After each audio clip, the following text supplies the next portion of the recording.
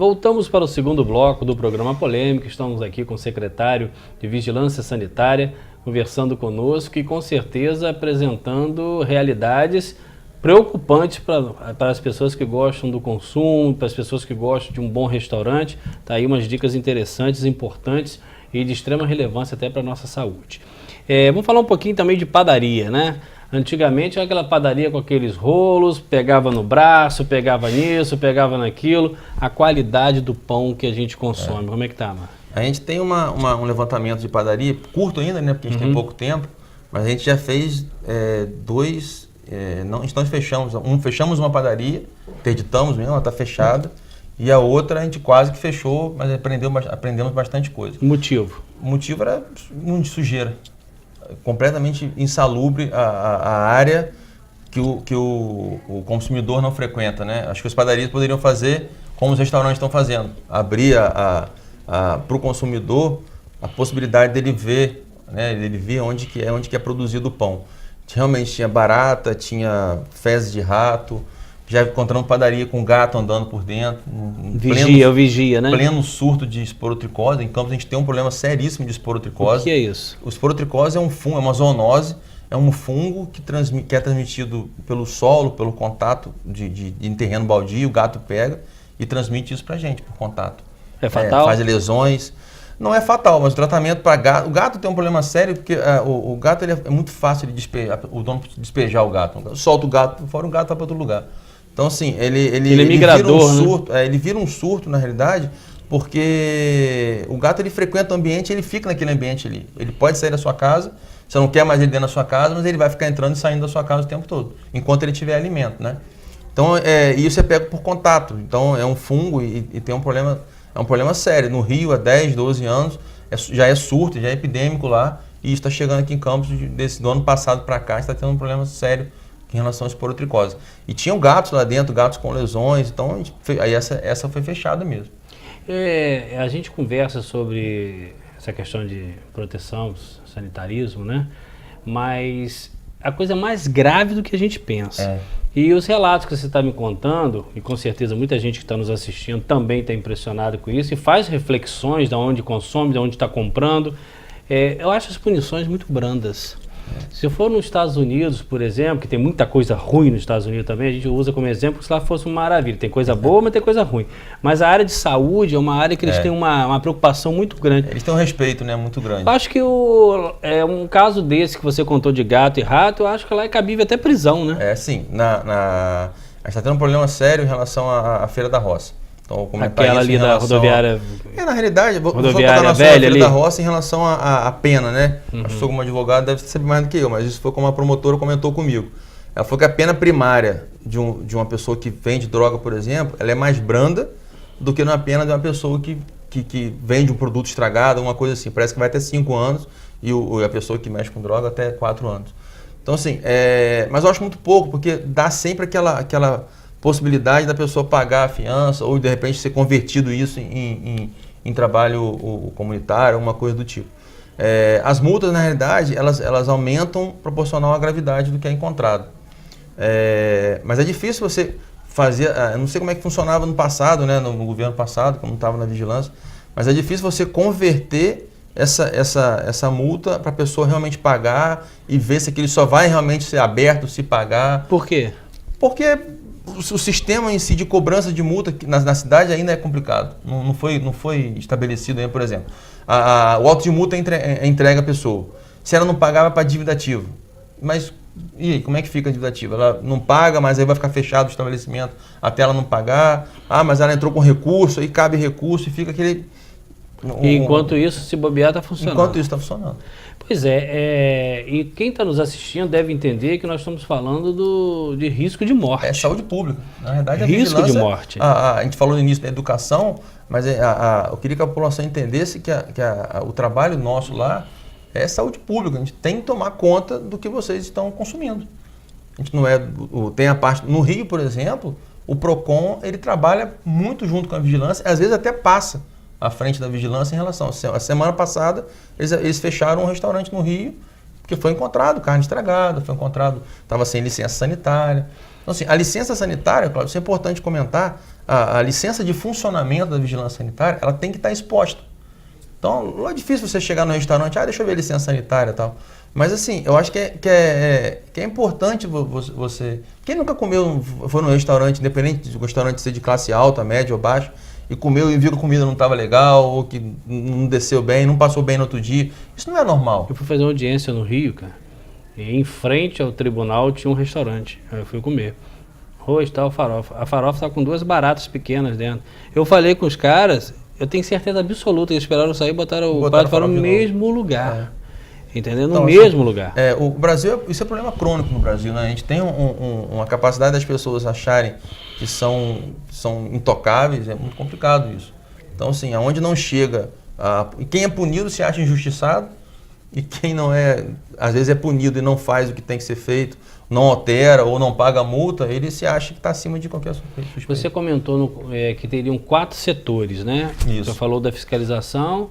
Quais são os outros 3 mesmo? Não, são 4 setores. A parte da farmácia, alimento, a parte de engenharia. E qual que seria essa parte de engenharia? A parte de engenharia, né, qualquer processo, qualquer estabelecimento novo que você tenha que abrir, se você quiser abrir um restaurante, por exemplo, você tem que apresentar um projeto do arquiteto e esse projeto tem que ser aprovado pela vigilância sanitária. Em relação ao tamanho de cozinha, onde que é o banheiro, descarte de alimentos, onde é o lixo. Então isso tem um padrão pela Anvisa e isso tem que ser aprovado. Aqui em Campos tem esse problema também. Vou ser bem sincero para você. O que acontecia antigamente lá? A pessoa, hoje a gente mudou isso, né? Na verdade, se você for entrar com um estabelecimento novo, o processo só anda para os outros. Por exemplo, se for um supermercado, primeiro esse processo vai para o estabelecimento de engenharia. Se ele for aprovado, ele vai para o alimento. Senão morre ele mesmo. Morre ele mesmo. Ele volta para o dono para poder arrumar. Antigamente era feito 2 processos. Antigamente ia para a engenharia e junto ia para o alimento. Então de alimento liberava tudinho e da engenharia estava com parecer técnico. Aí chegava o cara com a licença lá em cima, prontinho já, assinado, liberado, mas estava com parecer técnico. E Campos hoje a gente tem estabelecimentos que exigem do setor de engenharia. Sem o ok da engenharia. O ok da engenharia. Isso é grave. É grave. É grave. Mas já estamos fazendo um levantamento disso, os fiscais já voltaram a fazer, porque em janeiro estava sem fiscal de engenharia, não por problema, mas ele estava de férias, a gente só tem um.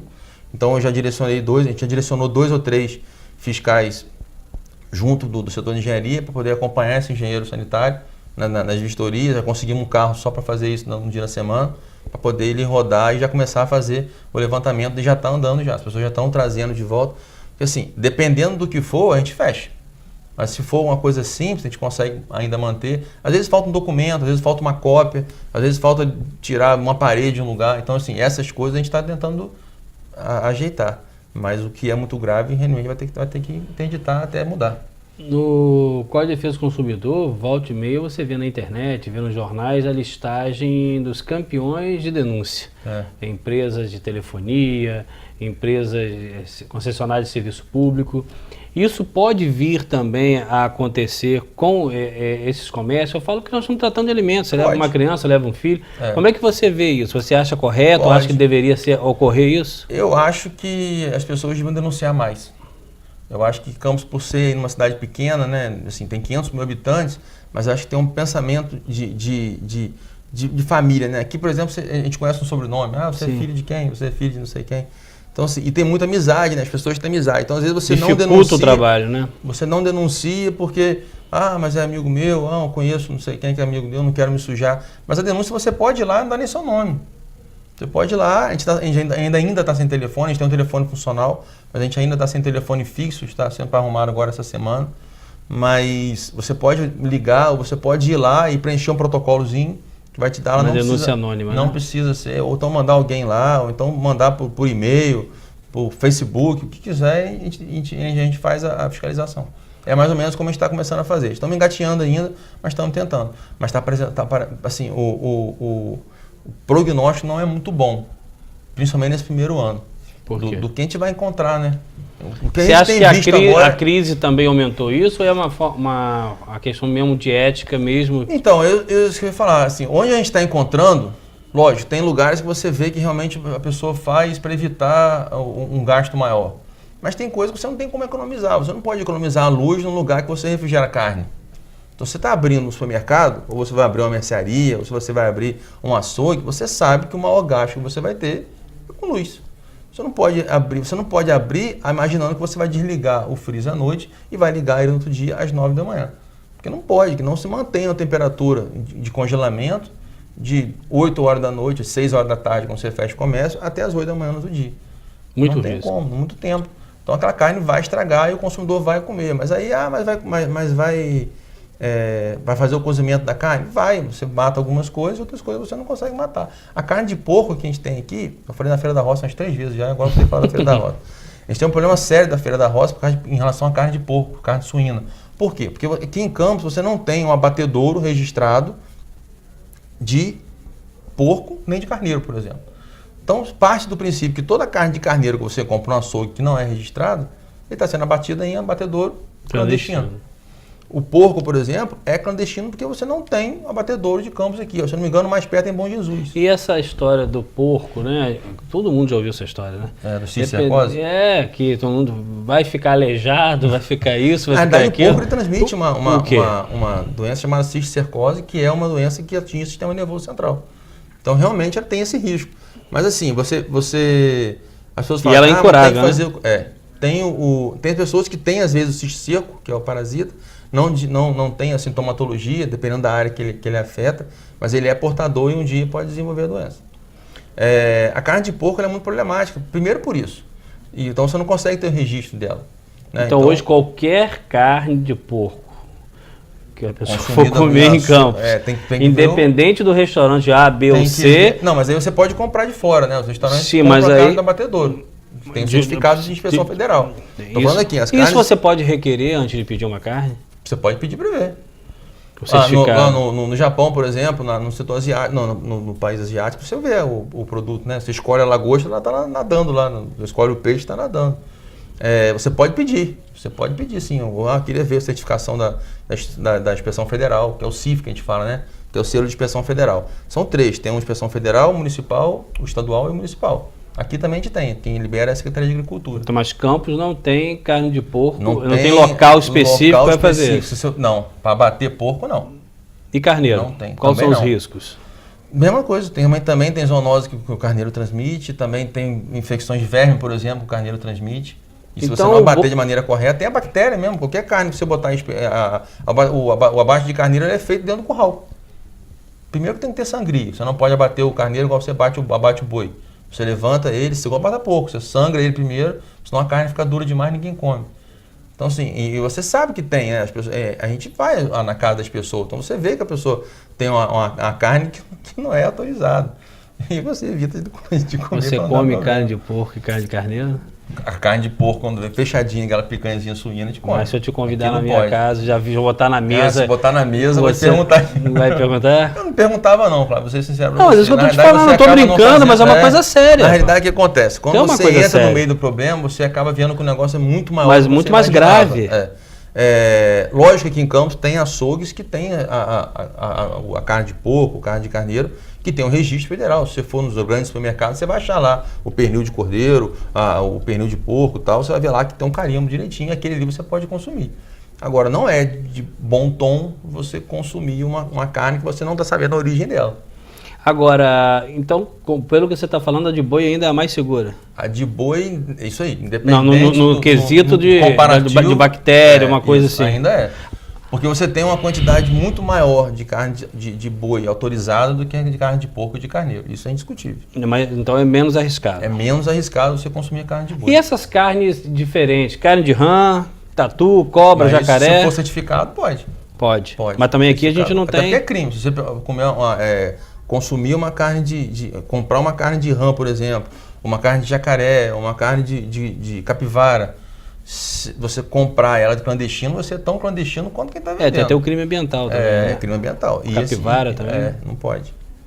Estamos aqui aprendendo pra caramba e eliminando um bocado de coisa do nosso cardápio e alguns lugares que a gente ia, a gente vai passar a não ir, né? Tomar cuidado. Pois é. Outra questão importante agora é falar um pouquinho. Você é membro do Corpo de Bombeiros, né?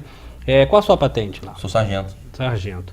E como é que foi essa ideia de abraçar essa tarefa nova da vigilância? Da vigilância. Então, fiquei 15 anos no CCZ, né? Fiquei muito tempo lá no Centro de Controle de Zoonose. Então, quando eu fui convidado... 15 anos? 15 anos, desde 2001. Maravilha. Fiquei lá, fiquei a parte do canil, cheguei a ficar um pouco perto da direção também. Mas a parte minha de controle, mais era a parte de cirurgia mesmo, controle populacional. Então a gente fazia ali a média de 1.000 a 1.200 cirurgias por ano. Cirurgia que você diz de quê? De controle de castração, né? De controle populacional. Vou tentar diminuir. Porque o que a Organização Mundial de Saúde ela indica não é eutanásia, né? Lá as pessoas olham muito para o CCZ como se fosse eutanásia. Na realidade... Inclusive teve umas denúncias há uns anos atrás que estavam matando cachorros no CCZ. Então, lá realmente faz eutanásia como faz em qualquer clínica veterinária particular de Campos, que as pessoas às vezes pagam para fazer. De acordo com a necessidade. De acordo com a necessidade. Mas isso tem que ser um trabalho do proprietário junto com o veterinário de Sim, mas a eutanásia é quando é comprovada a necessidade de fazer. Você não pode aleatoriamente ir lá... Não. O proprietário ele pode até virar para você, não quero mais cachorro, quero eutanasiar ele. Eu falo por mim, na minha clínica eu mando ele procurar outro lugar. Mas ele tem o poder de fazer isso por ser proprietário. Infelizmente tem. É mesmo? Infelizmente tem. Então, ele se eu não quiser me livrar meu cachorro, não quiser dar para ninguém, eu posso mandar matá-lo? Se você não quiser mais ele, você tem o poder de solicitar a eutanásia em relação ao veterinário. Ele pode virar e falar que não vai fazer. Ele não é obrigado a fazer, só o que você está pedindo. Mas se fizer também, não está infringindo lei nenhuma? Não. É uma coisa que deveria ser bem mais discutido, né? Mas, infelizmente, o que não serve para o ser humano, o cara vai lá e pode levar e pedir para eutanasiar. E muitos veterinários fazem, infelizmente. Se você virasse, se tivesse uma força, virasse assim, não vamos fazer mais, e acabou, não vamos fazer mais. Mas aí, infelizmente, tem pessoas que fazem pela crise, às vezes por pessoas que pensam pequeno e acabam fazendo isso. Você tem um problema sério, por exemplo, é proibido o corte de orelha, por exemplo, corte de rabo. Eu ia falar, é considerado amputação agora, né? É crime. Não era, né? Não, se eu não me engano, em 2014. Mas não pode mais, quantas vezes você encontra? Final de semana no Farol teve encontro de American Bully. A orelha dele tá com a orelhinha cortada. Não pode, é crime, mas encontra, uma pessoa que vai lá e faz, não vai divulgar, não vai dizer quem que fez e tal, mas que você vai encontrar Rottweiler de rabo cortado, ou Pitbull, ou American Bully, ou o Dog alemão, por exemplo, com a orelha operada, você vai com Doberman, você vai em Boxer, você vai encontrar. Alguém faz, errado, mas faz. Agora... Aí a transição, a doutora André me convidou, assim, na realidade, a medicina veterinária em Campos, assim, você fica no parte da prefeitura, né? Ou é vigilância sanitária, ou é o centro de controle de zoonose. E lá, acabou que fui convidado para vir para vigilância, e assim, é um novo desafio, né? É uma coisa que eu gosto de fazer. Eu sou meio enjoado, né? Que eu gosto das coisas muito certinho. Então o militarismo ajuda, entre aspas, isso, né? De você andar sempre certinho. Se você deixar um pouquinho de fora, você logo toma uma punição. Então você acaba meio que sendo doutrinado a tentar fazer as coisas certas. E é o que a gente está tentando fazer. Vou te fazer uma pergunta, eu tenho certeza a resposta, mas a gente está aqui como entrevistado. Isso. Dados cadastrais, você encontrou algum? Lá na vigilância? Encontrei o que a gente comentou mais cedo. Na realidade, os documentos que a gente encontra lá eram um misto de processos em aberto. Você achava setor alimento dentro do setor, processo de alimentos dentro do setor da farmácia, licença da farmácia dentro da parte de alimento. Você encontrou uma mistura. Mas assim, o corpo de trabalho lá é muito bom. 90% dos funcionários são concursados. Maravilha. Então, e tem uma turma nova que entrou agora nesse último concurso de veterinários, que a maioria deles estão na parte de alimentos, que é o maior problema que a gente tem hoje em Campos, né? Essa parte de alimentos, supermercado, açougue e tal. Então, sim, é uma turma nova e é uma turma que quer trabalhar. Então, sim, você empurrando eles para trabalhar e dando liberdade e dando autenticidade no serviço deles, você consegue um resultado bom. Perfeito. Estamos aqui em A Polêmica, vamos ao intervalo e voltamos para o terceiro e último bloco.